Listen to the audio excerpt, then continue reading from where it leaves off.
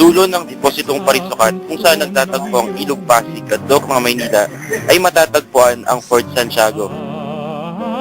Isa sa may tuturing na pinakamahalaga at makasaysayang lugar sa ating bansa na magpapaalala at magsasabuhay ng ating makulay na kasaysayan. Ang Fort Santiago ay pinangalan bilang pagpupugay sa patron ng Espanya na si Saint James, Slayer of Moors o si Santiago Matamoros.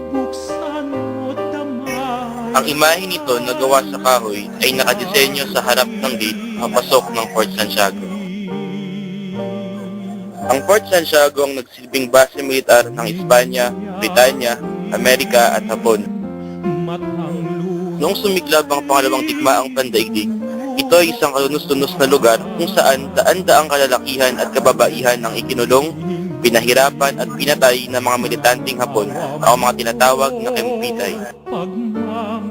Noong 1945 Battle of Manila, sinira ito ng mga Amerikano at muling naayos at napangalagaan bilang isang pampublikong parke nang ideklara ng Kongreso ng Maynila bilang Shrine of Freedom noong 1950. At ngayon, sabay-sabay nating pasyalin at tuklasin ang kagandahan at kasaysayan ng Fort Santiago.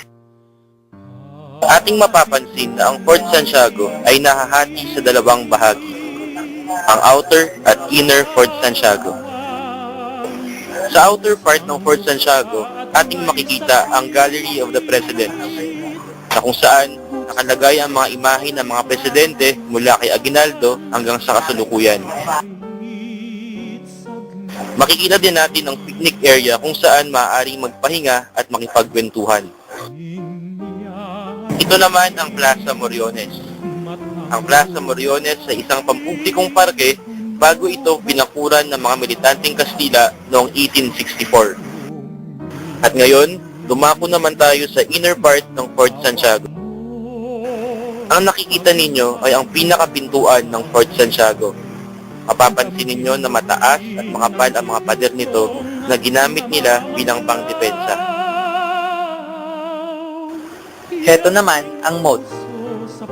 Ang moat ay ang parteng tubig na nakapalibot sa Fort Santiago. Ang moat ay sinasabing unang depensa laban sa mga pag-atake. Heto ang Almacenes Reales.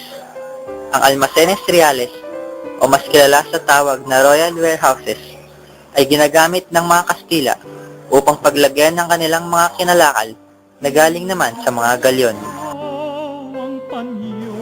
Heto naman ang Medyo Baluarte de San Francisco at Baluarte de San Miguel. Ang Medyo Baluarte de San Francisco at Baluarte de San Miguel naman ay ang mga kuta na nagbabantay sa Fort Santiago mula sa Ilog Pasig hanggang sa Manila Bay.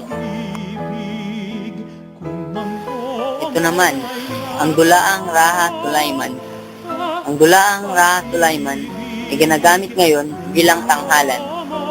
Katabi nito ay isang kulungan at padasalan na kung saan sinugol ng ating pambansang bayani ang kanyang huling gabi. At heto naman ang Rizal Shrine. Ang Rizal Shrine ay dating lugar para sa mga sundalong Kastila. Dito rin ikinulong si Rizal bago ang araw ng execution. Dito rin niya isinulat ang kanyang huling tula na Mi Ultimo Adios. Ngayon, ang Rizal Shrine ay naglalaman na lamang ng ilang memorabilia tulad ng libro at gawang sining ng ating pambansang bayani. Ang Rizal Shrine ay inaalay para sa ating pambansang bayani. Heto naman ang Postigo de la Nuestra Señora del Soledad. Ang Postigo de la Nuestra Señora del Soledad ay ginagamit noon ng mga tao sa Fort Santiago bilang labasan sa Pasig River. Ito ang Memorial Cross. Ang Memorial Cross ay isang paggunita na mahigit kumulang 600 katawan ng mga gerilya at sibilyan na matatagpuan sa Baluarte de Santa Barbara pagkatapos ng pangalawang digmaang pandaigdig. Ito ang Baluarte de Santa Barbara. Ang Baluarte de Santa Barbara ay isang kuta na noon ay yari sa kahoy. Ang kuta na ito ay ginawa upang bantayan ang daan mula sa Pasig River noong 1953. Ito ang Palsabragas de Santa Barbara. Ang Palsabragas de Santa Barbara ay peking pader para protektahan ang pinakakuta kung sakaling magkakaroon ng mga pag-atake galing sa ilog. Ito naman ang dungeon. Ang dungeon ay ginamit ng mga sundalong Hapon bilang kulungan noong World War II.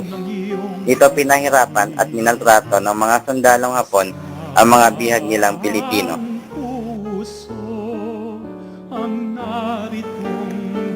Ito naman ang Rizal Monument. Ito naman ang isa sa mga monumento ng ating pambansang bayani bilang paggumunita sa kanya. Matatagpuan ito malapit sa Rizal Shrine. Ito naman ang Rizaliana Furniture Exhibit. Ang Rizaliana Furniture Exhibit ay matatagpuan sa ikalawang palapag ng Baluarte de Santa Barbara na naglalaman ng mga iba't ibang antigong kagamitan noong mga sinaunang panahon. Ito naman ang Rizal Martyrdom. Ang marmol na ito ay matatagpuan sa loob ng Fort Santiago. Ito ay binigay noong 1996 upang gunitain ng 100 anibersaryo ang pagkamartir ni Rizal. Ito naman ang mga Rizal footprints. Ang nakikita ninyong footprints ay kopya sa mga footprints ni Rizal. Ang footprints na ito ay sinasabing ang huling marcha ni Rizal patungong Bagong Bayan noong December 30, 1896. Ito ay nagsimula sa kanyang kulungan patungong Bagong Bayan o Luneta sa panahon ngayon. At ito ang Rizal Monument. Ito ay inilarawan sa mga huling sandali ni Rizal sa kanyang kulungan bago siya magmarcha patungong Bagong Bayan noong December 30, 1896. Matatagpuan ito sa gilid ng Dulaang Ra Sulaiman. Ang pagbisita sa Fort Santiago ay nagbigay sa amin ng magandang alaala. Nasariwa sa aming isipan ang mga huling panahon ni Rizal. Ang Fort Santiago ay maituturing natin na isang kayamanan na dapat pakaingatan. Sa aming pagpasyal sa Fort Santiago, natuklasan namin ang kaibang ganda nito at makasaysayang mga bahagi. Ang Fort Santiago ay isa lamang sa mga lugar na may pagmamalaki nating mga Pilipino. Sinasalamin nito ang ilan sa mga mahalagang pangyayaring bahagi ng ating makulay na kasaysayan. Nagpapaalala sa mga pinagdaanan nating mga Pilipino upang makamit ang kalayaan. Ang kalayaang utang natin sa mga bayaning nagbubis na kanilang buhay para sa bayan. Ang magsisilbing tanglaw upang ipaglaban natin ang ating mga karapatan, manindigan sa katotohanan at mabuhay ng may takot sa Diyos, respeto sa kapwa at pagmamahal sa bayan. Kung gagawin lamang natin ang mga ito, ang Pilipinas ay mananatili pa rin perlas ng silanganan.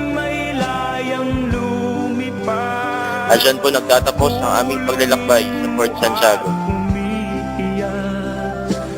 Bayan pa kayang sakdal